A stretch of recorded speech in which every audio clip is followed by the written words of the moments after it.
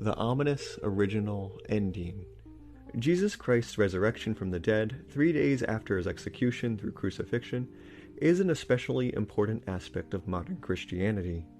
Most people are familiar with this story, often retold around the holidays of Good Friday and Easter Sunday, or through films like The Passion of the Christ.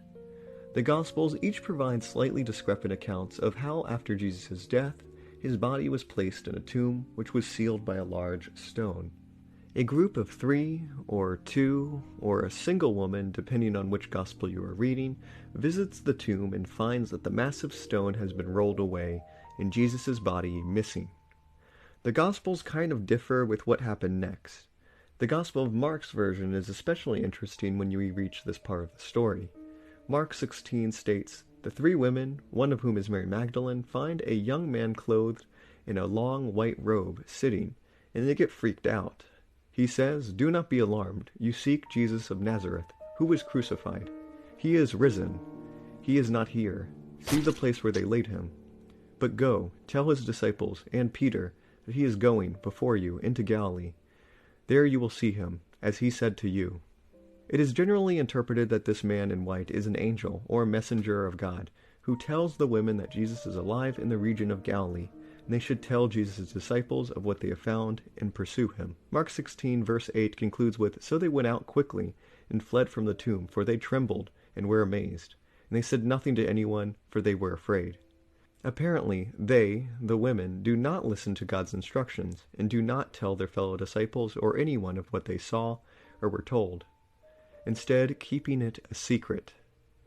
Now, here's where things get very, very interesting. In most modern English Bibles, Mark chapter 16 continues after verse 8. Verses 9 through 18 tell of how Jesus himself, back from the dead, appears to first Mary Magdalene. She later tells several disciples who do not believe her. Jesus then appears in front of 2 unnamed disciples who are once again not believed. Then, for a third time, Jesus appears to all of the 11 remaining apostles at a dinner. Verses 19 and 20 conclude with Jesus finally leaving, ascending into heaven, and sitting at God's right hand, concluding with the disciples going out and preaching his message and return to the world. Now, the ending of Mark's Gospel has been the source of much textual criticism and debate. Many biblical scholars have found discrepancies that call into question the authenticity of verses 9 through 20. Our oldest and most complete copies of Mark, the Codex Vaticanus and Codex Sinaiticus, both end at Mark 16 verse 8, with the 3 women departing from Jesus' empty tomb and the man in white, and telling no one of what they saw there. No Jesus appearing to Mary Mag, nor to the 2 disciples, nor to the 11 apostles at dinner. These manuscripts are not damaged or missing pages or anything. The story just ends there, with the scribe denoting the conclusion of the document by writing "Kata Markon," or "according to Mark," after verse 8, and then continuing to copy the Gospel of Luke. Nothing has been erased or removed from the documents here. It is only in later text made around or after 400 AD that we get the long ending of Mark, verses 9 through 20, seen in our modern Bibles. Once again we are confronted with a predicament. The oldest manuscripts omit verses 9 through 20, while later ones include verses 9 through 20. There is also a rival third ending of Mark that can be found in a select few manuscripts called the short ending, which picks up after verse 8 and states that the women reported their story to Peter and Jesus appears to them. Some later manuscripts only have the long ending, some only have the short, others have a Frankenstein combination of long and short, and finally some have neither, preferring to end at verse 8. Woof, so many competing versions makes you want to pull your hair out, doesn't it? You probably are asking yourself which one was the original ending of the Gospel of Mark. Most scholars agree that verses 9 through 20, that is, the long ending, was almost definitely not a part of the original text of Mark, but a later addition, a J.K. Rowling insertion, if you will. Many aspects, such as the language and style of the verses, as well as all our oldest texts omitting them, support this theory. Most have concluded something similar about the short ending, which only appears in a select few later manuscripts. Now, scholars debate what the original ending of Mark might have been if it wasn't the long or short endings. Some suggest that a fourth, as of yet unknown ending after verse 8 has been lost to history.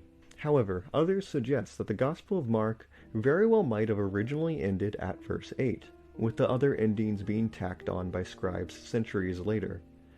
This changes everything, if true. When one reads the versions of Mark that end at verse 8, it actually makes one's retroactive view of the gospel very sad. In this version, nobody knows that Jesus has risen from the dead, because the women don't say anything, because they were afraid. And then it just ends. It's ambiguous, ominous, and abrupt, and sticks with the reader. It's a massive cliffhanger, and raises so many questions. The reader is left to ask, if the women didn't say anything to anyone, and thus nobody was able to pursue Jesus in Galilee, how did the disciples ever learn of the resurrection? Did they even learn? Was what the mysterious man in white said even true? We don't know. The author doesn't tell us. In this version, we don't actually see Jesus alive after his crucifixion, just the empty tomb. We are simply told of it and left to wonder what happened next. Some might shout, how could that be the ending? But researchers have pointed out that this abrupt ending is actually very in line with the themes and motifs of Mark. In Mark, unlike with the other Gospels, many people, even Jesus' followers, repeatedly do not listen to his or God's instructions. The disciples on several occasions just don't seem to get it, and do not understand Jesus' sayings, sometimes to his aggravation. The abrupt ending very well might be a callback to the beginning of Mark, where Jesus heals the leper, and he orders him not to tell anyone about it, but the man does not listen and tells the whole city. Perhaps ironically, the author is pointing out that when God orders people to do the opposite, proclaim and spread his word, they choose once again to disobey and stay silent, leaving the reader with an impactful, punch-in-the-gut moral lesson about obedience. Later scribes, perhaps missing this message, could not handle this abrupt and somewhat uncomfortable ending to the gospel, and thus added the 12 verses we see in our modern Bibles. Whatever the reasons for their additions were, we can be pretty certain that the ending or endings seen in our modern English Bibles is not the original, and was an intentional change.